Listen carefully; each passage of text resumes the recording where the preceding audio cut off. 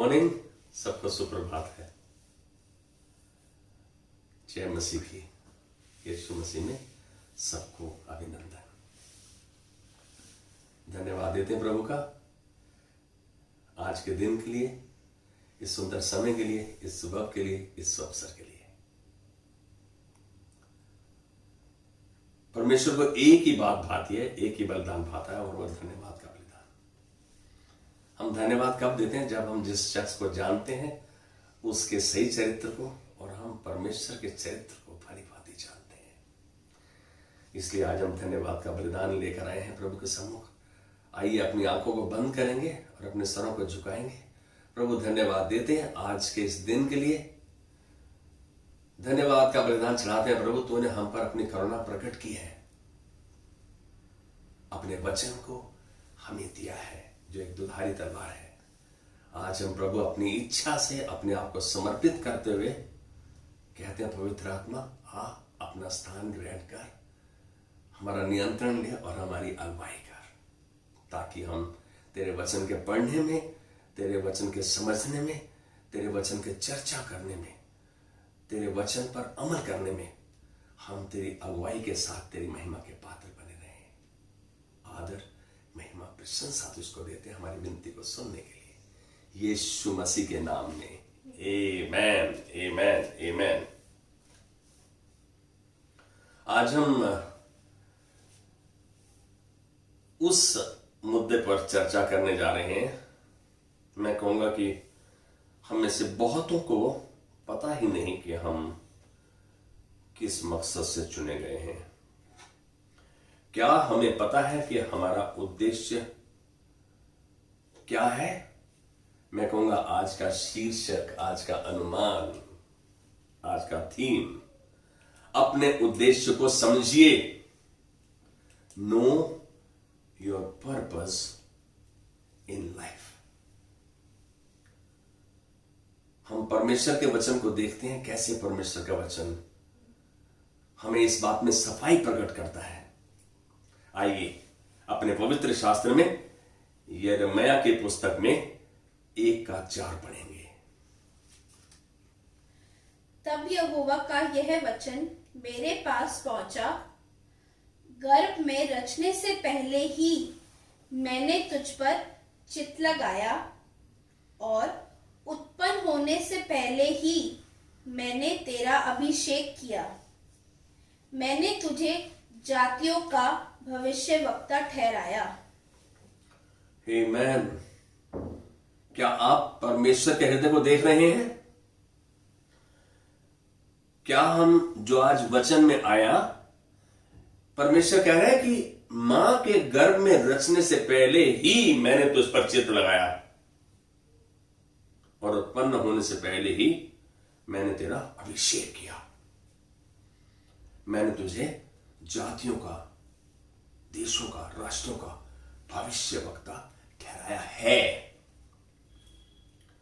आज का संदेश मैं कहूं हम विश्वासियों के लिए, हम जो प्रभु पे विश्वास करते हैं, जो प्रभु के चुने हुए हैं, प्रभु के ठहराए हुए हैं, आज ये संदेश उनके लिए है। आप सब नया जन्म पाए हुए जन हैं, और नए जन्म में होकर आपके लिए एक निश्चित स्थान है। क्या है? आपके लिए एक निश्चित स्थान है। एक बच्चा परिवार में पैदा होता है तो उसका निश्चित स्थान बन जाता है, जो कोई दूसरा नहीं ले सकता। कैन यू से आमेन विद मी? आपकी कोई नकल नहीं है, आप जैसा कोई दूसरा है ही नहीं। कोई भी आपके जैसा कभी नहीं था, कोई भी आज आपके जैसा नहीं है, और कोई भी आपके जैसा कभी नहीं होगा। इस सच को जान लो। आपके जीवन के लिए एक निश्चित उद्देश्य है। आपके जीवन के लिए एक निश्चित उद्देश्य है, जो परमेश्वर ने अभी उपरोक्त वचन में कहा, ऊपर कहे गए वचन में कहा। क्या कहा? यहोवा की यह वाणी है। किससे बात की? मुझसे। मेरे पास यहोवा का वचन आया कि मां के गर्भ में रचने से पहले मैंने तुझ पर चित्त लगाया, तेरे बारे में योजना बनाई, तेरे बारे में सोचा, सारा का सारा ढांचा तैयार किया, और उत्पन्न होने से पहले ही मैंने तेरा अभिषेक किया, और मैंने तुझे जातियों का भविष्यवक्ता ठहराया है। परमेश्वर ने तो योजना हमको दर्शा दी। क्या हमने जानने की कोशिश की कि इसमें मेरा हिस्सा क्या है? मैं समझता हूं कि आज यदि जरूरत है तो मुझको यह जानने की कि मेरा उस देह में, परमेश्वर की देह में मेरा क्या स्थान है और मेरी जिम्मेदारी क्या है। हर चीज जब आपको आपका उद्देश्य स्पष्ट हो जाता है, क्लियर हो जाता है, आपको मालूम पड़ जाता है कि आपका उद्देश्य क्या है, आपका विजन क्या है, आपका मकसद क्या है इस दुनिया में, तो हर चीज आपके लिए रास्ते में आती जाती है। Everything start falling in its place when you know your purpose, when you know the plan God has for you. क्या आपने खोज लिया है कि परमेश्वर ने आपको क्यों बनाया? आप शायद कहें, ऐसा ही कहेंगे, और मैंने ऐसा ही सुना है लोगों के द्वारा उनसे, उसने हम सबको उसकी सेवा करने के लिए बुलाया है, उसकी आराधना के लिए और उसके साथ सहभागिता में होने के लिए बनाया है। ये एक जनरल स्टेटमेंट है, सामान्य कथन है। यह सब बहुत अच्छा है, ठीक है ये, किंतु परमेश्वर ने आपको क्यों बनाया? क्या आप खास तौर से स्पेसिफिकली जानते हैं कि परमेश्वर ने आपको क्यों बनाया?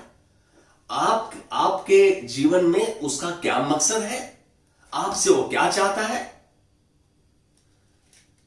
यह आपके विषय में है कि आपको क्यों बनाया, यह आपके बारे में है। परमेश्वर का आपके लिए एक मकसद है, एक उद्देश्य है। परमेश्वर की मदद क्यों नहीं मांगते यदि आपको नहीं मालूम कि आपका उद्देश्य क्या है? यदि आप नहीं जानते, आप ये जानो कि वो आपका पिता भी है, परमेश्वर भी है, आपका मसीहा भी है। आपका पूरा हक रहता है जब आप उसके बच्चे हो, उसके घर में नए जन्मे हो, तो आप उससे पूछ सकते हो, कह सकते हो, मांग सकते हो, खोज सकते हो उसके वचन में। उसके वचन का सहारा क्यों नहीं लेते? उसके वचन को क्यों नहीं थामते? उसके वचन में क्यों नहीं खोजते? हम यदि मत्ती रचित सुसमाचार में 7वें अध्याय में 7वीं और 8वीं आयत को देखते हैं, जिसमें यीशु ने कहा, यीशु के मुख के वचन है। क्या कहा यीशु ने? मांगो तो तुम्हें दिया जाएगा, खटखटाओ तो तुम्हारे लिए खोला जाएगा, ढूंढो तो तुम पाओगे। क्योंकि जो कोई मांगता है उसे मिलता है। यहां एक प्रश्न करूंगा, क्या आप सच में परमेश्वर पर विश्वास कर रहे हैं और करते हैं?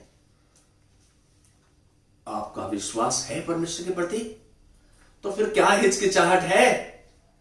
क्यों नहीं मांगते? क्यों नहीं उसके चरणों में बैठते? क्यों नहीं उसके वचन को थामते? हम जो कोई ढूंढता है वह पाता है, और जो खटखटाता है उसके लिए खोला जाएगा। यीशु मसीह का वचन 100% लोग कहते हैं, हां मैं वचन पे विश्वास करता हूं, तो फिर क्यों विश्वास करके उसके पास नहीं आते? क्यों नहीं मांगते उससे? प्रभु मुझे मेरा उद्देश्य नहीं मालूम, मुझे तेरे पास क्या योजना है मुझे नहीं मालूम, मेरा क्या स्थान है, तूने मुझे क्यों बनाया है? ये आपका काम है खोजना। यीशु ने साफ कहा ना, मांगो तो तुम्हें जाएगा। मांगेगा कौन? आप और मैं। परमेश्वर अपने वचन के प्रति वचनबद्ध है, पक्का है, सच्चा है। इस बात को जानो, आपकी आज्ञाकारिता, आपकी विश्वास योग्यता, आपकी ईमानदारी आपके उत्तर को परमेश्वर से दिलाएगी। आपके उत्तर को परमेश्वर से दिलाएगी।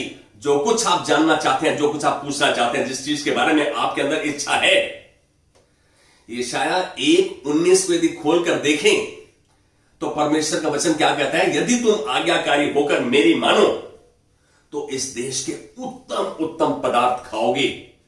अरे खाओगे, मिलेगा तो खाओगे, ढूंढोगे तो तुम पाओगे, खटखटाओगे तो तुम्हारे लिए खोला जाएगा। जब मिलेगा तो उसका आनंद उठाओगे।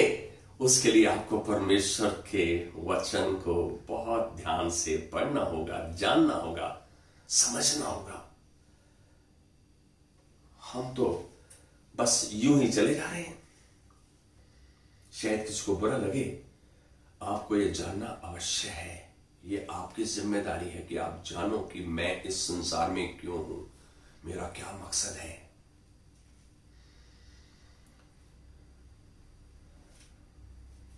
मेरे जीवन में अपना उद्देश्य मैंने बहुत जल्दी खोज लिया, लेकिन वह मेरी योजना थी, मेरा निर्णय था, मेरा डिसीजन था। एक जवान मनुष्य की तरह मैंने अपनी डायरी में लिखा था। क्या लिखा था? आप शायद हंसें, शायद सोचें कि मैं चीफ इंजीनियर का पद तक पहुंचूंगा, जबकि कंपनी में हेल्पर भी नहीं लगा, अप्रेंटिस भी नहीं था, कोई पोजीशन नहीं थी, लेकिन मकसद था कि मैं उस हद तक पहुंचूंगा। यह मेरा निजी निर्णय था। मुझे विदेश जाने का मौका मिला तो वहां परमेश्वर ने केवल चुना ही नहीं, लेकिन मुझे संपूर्ण समर्पण में ले आया। आपकी इच्छा है, आपकी इच्छा है परमेश्वर से ये जानने की। आपकी इच्छा है, आप कुछ करना चाहते हैं, आप कुछ करना ही नहीं चाहते, आपकी इच्छा ही नहीं है, अपने आप आपकी झोली में आएगा। Nothing will come by accident. तब तक परमेश्वर मेरे जीवन की योजना मुझे दर्शा चुका था। जब परमेश्वर ने मुझे चुना, मैं जब विदेश में था,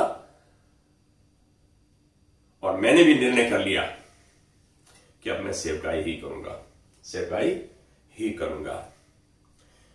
यहां परमेश्वर मुझे अपने निश्चित समय में सेवकाई की पटरी पर ले आया। अपने निश्चित समय में, मेरे समय के अनुसार नहीं, मेरे निर्णय के अनुसार नहीं, अपने निश्चित समय में, क्योंकि मैंने इच्छा की, क्योंकि मैंने अपने आप को परमेश्वर के हाथ में दिया। मेरे पढ़ाने के कार्य से आहिस्ता आहिस्ता मुझे सेवकाई की गहराई में ले आया। कौन? परमेश्वर। मुझे आर्थिक परेशानी उन दिनों महसूस होने लगी, जैसे जैसे पढ़ाई का पढ़ाना थोड़ा कम हुआ और सेवकाई में आता गया, मुझे आर्थिक परेशानी महसूस होने लगी। 2001 में ऐसा दिन पास्टर बेनी हिन के द्वारा निश्चित किया गया कि हम अपनी जरूरतों के लिए परमेश्वर के सम्मुख आ सकते हैं। और उस दिन रात को मैं भी वैसे ही परमेश्वर के सम्मुख आया और अपनी विनती, निवेदन, धन्यवाद के सामने उसके सम्मुख प्रस्तुत की। 3 महीनों में प्रभु ने तीनों प्रार्थनाओं का उत्तर दिया। 3 महीने में इस प्रभु की कंफर्मेशन ने, इस पक्का करने ने मुझे जीवन के लिए अपने उद्देश्य को स्पष्ट कर दिया, पक्का कर दिया। मांगो तो तुम्हें दिया जाएगा, खटखटाओ तो तुम्हारे लिए खोला जाएगा, ढूंढो तो तुम पाओगे। क्या आप परमेश्वर का कहना मानने के लिए इच्छुक हैं, तत्पर हैं, चाहे कुछ भी क्यों ना हो जाए? आप परमेश्वर से तो चाहते हैं, लेकिन मेरी जिम्मेदारी है, मैं कहां खड़ा हूं, अपने आप को आंकूं, झांकूं अपने अंदर। अब मुझे पता था कि किस वस्तु के लिए मुझे जीना है। मैंने अपना मन बना लिया था, क्योंकि उसके पास मेरे जैसा मैं ही हूं। परमेश्वर के पास मेरे जैसा केवल मैं ही हूं। इस बात को जानो। दुखद बात यह है कि बहुत से लोग उनके आने के उद्देश्य को, उनके आने के मकसद को जाने बिना जीते हैं और उम्र में आगे बढ़ते रहते हैं। एक ऐसी परिस्थिति आ जाती है, एक ऐसी स्टेज आ जाती है जब वे अपने आप को निकम्मा और यूजलेस घोषित करने लगती हैं, क्योंकि उन्होंने कोई योजना ही नहीं देखी, उन्होंने ढूंढा ही नहीं, बनाई नहीं। जब आप अपने जीवन के लिए योजना बनाते हो और उसको परमेश्वर के हाथ में देते हो, तो परमेश्वर आपको थाम लेता है और वो अपनी योजना को आपके अंदर उंडेलने लगता है। क्या आप परमेश्वर से प्यार करते हैं? आपने नीति वचन 3:6 में देखा हो, उसी को स्मरण करके सब काम करना, चाहे अपनी योजना है क्या है, उसी को स्मरण करके सब काम करना, तब वो तेरे लिए सीधे मार्ग को निकालेगा। वो निकालेगा, वो आपका हाथ पकड़ के लेके चलेगा।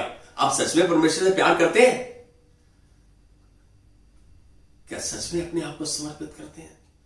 क्या सच में उसका कहा मानते हैं? भजन संहिता 25 के 12 में कौन है जो यहोवा का भय मानता है, जो उससे प्यार करता है, जो उसके कहे को मानता है, यहोवा उसको उसी मार्ग से जिससे वह प्रसन्न होता है चलाएगा, हाथ पकड़ के लेके जाएगा। आप परमेश्वर के हृदय को जानो तो सही। हमको तो शॉपिंग लिस्ट का उत्तर चाहिए, प्रभु मेरे लिए ये कर दे, मेरे लिए ये कर दे, लेकिन जिस मकसद के लिए परमेश्वर ने आपको ठहराया है उस मकसद को जानना आपकी प्राथमिकता है, आपके लिए जरूरी है। जब वो अपने आप को ऐसे लोग जो बिना योजना के चले जा रहे हैं निकम्मा घोषित करते हैं, क्योंकि उन्हें आभास हो जाता है कि वह जीवन में कुछ नहीं कर पाए और ना ही कुछ पा पाए। जीवन का ऐसी परिस्थिति आई थी, वो 50, 55, 60 के, उनके पास कुछ भी नहीं है और कुछ भी देखने कहीं भी कहां खड़े हो, ना जीवन में संसार के साथ ना परमेश्वर के साथ।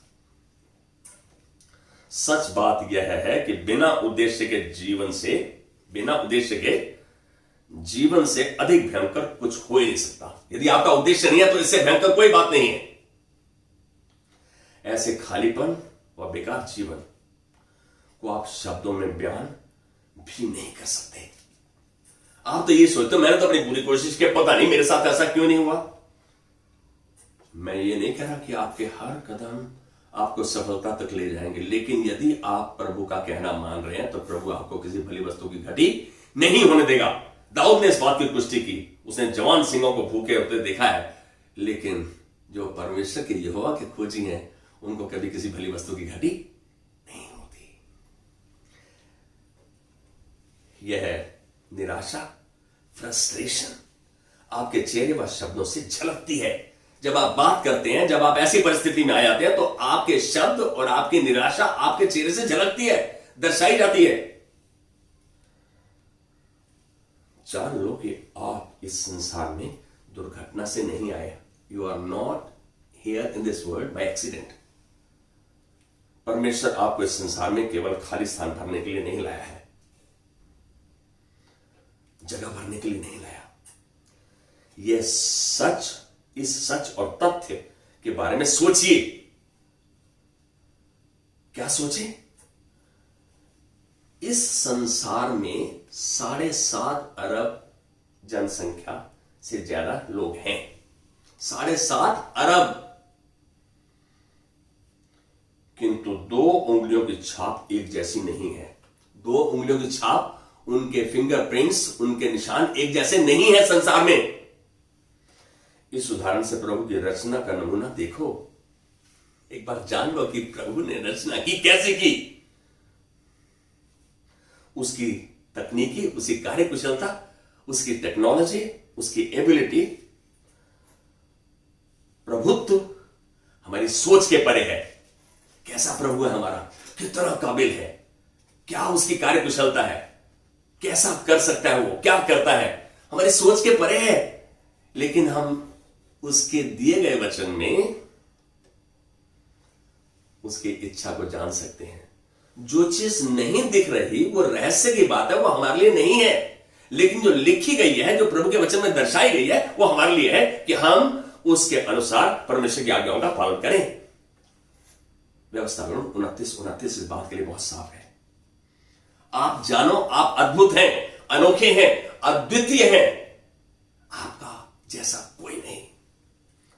और मसीह में आपकी रचना भी यूनिक है, अद्भुत है। जो कुछ परमेश्वर ने आपके लिए निर्धारित और निश्चित किया है, जान रहे हो, जो कुछ परमेश्वर ने आपके लिए निर्धारित किया और निश्चित किया है, कोई भी दूसरा व्यक्ति ठीक से उसे आपकी तरह नहीं कर सकता, आपकी तरह नहीं कर सकता, जिस तरीके से वह चाहता है। और कोई भी उस तरीके से नहीं कह सकता जिस तरीके से वह चाहता है कि आप कहें।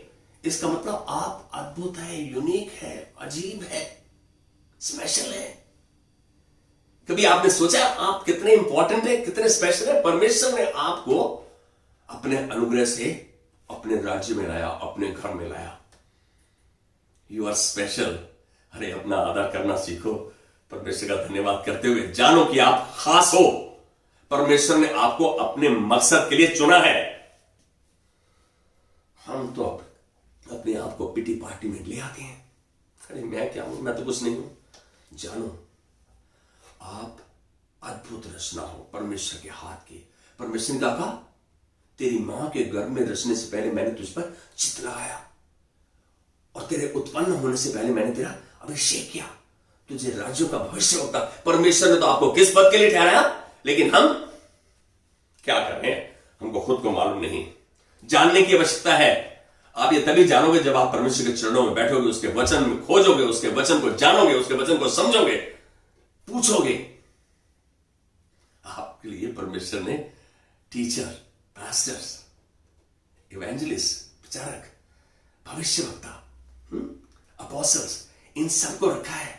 आपके लिए ऐसे जन रखे हैं, ऐसे प्रभु ने पवित्र आत्मा का आपको सहायक दिया है जो आपको हर चीज के बारे में बताएगा, सिखाएगा भी। लेकिन हम अपनी समझ का सहारा ले रहे हैं, जो कि परमेश्वर ने कहा तो अपनी समझ का सहारा मत लेना, वरन संपूर्ण मन से यहोवा पर भरोसा रखना, उसी को स्मरण करके सब काम करना, तब वो तेरे लिए सीधे मार्ग को निकालेगा। एक बात को जानो, कोई भी आपके जैसा परिणाम नहीं पा सकता, नहीं ला सकता। आप अद्भुत हो इसलिए कि आप अद्भुत हैं और अद्वितीय हैं, यूनिक है। उत्साहित हो जाएं, बी एनकरेज्ड कि आपके जैसा कोई नहीं।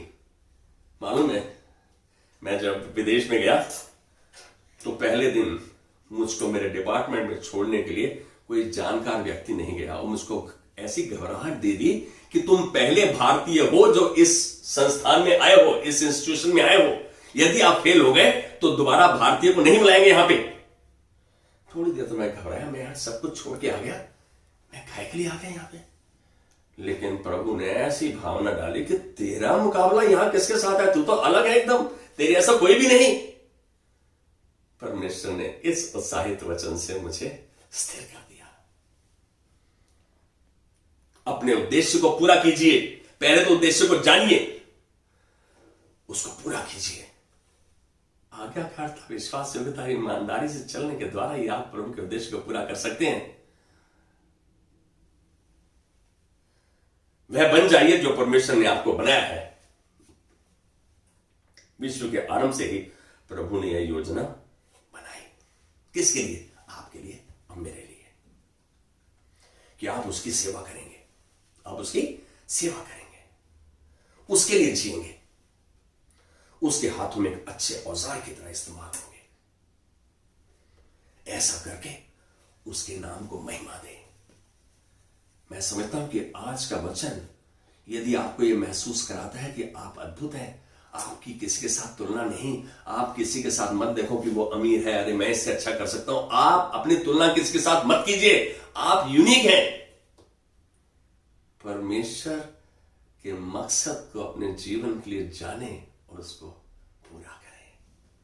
परमेश्वर आपसे चाहता है, इसके द्वारा परमेश्वर आपसे महिमा भी लेगा और आप में अपनी महिमा को दर्शाएगा भी। आइए अपनी आंखों को बंद करेंगे, प्रभु को धन्यवाद करेंगे। प्रभु, तू मेरे बारे में, हमारे बारे में इतना सोचता है। हमने तो आज तक बस जो आता गया हाथ में करते गए बेवकूफ की तरह। आज प्रभु हम इस बात को जान पाए हैं कि हम में से बहुत संख्या ऐसी है जिन्होंने अपने मकसद को जाना ही नहीं, बस दूसरों को देख के और दूसरों के साथ तुलना करते हुए हम अपने कार्य को करते गए। हम किसी भी स्थान पर नहीं पहुंचे क्योंकि तू तुलना नहीं चाहता। तूने तो सबको अजीब बनाया, अद्भुत बनाया है, अद्वितीय बनाया है, इनकंपेरेबल। आज प्रभु हम अपनी कमी को जानते हुए इस झुंड को, प्रभु इस परिवार को तेरे हाथ में देते हैं।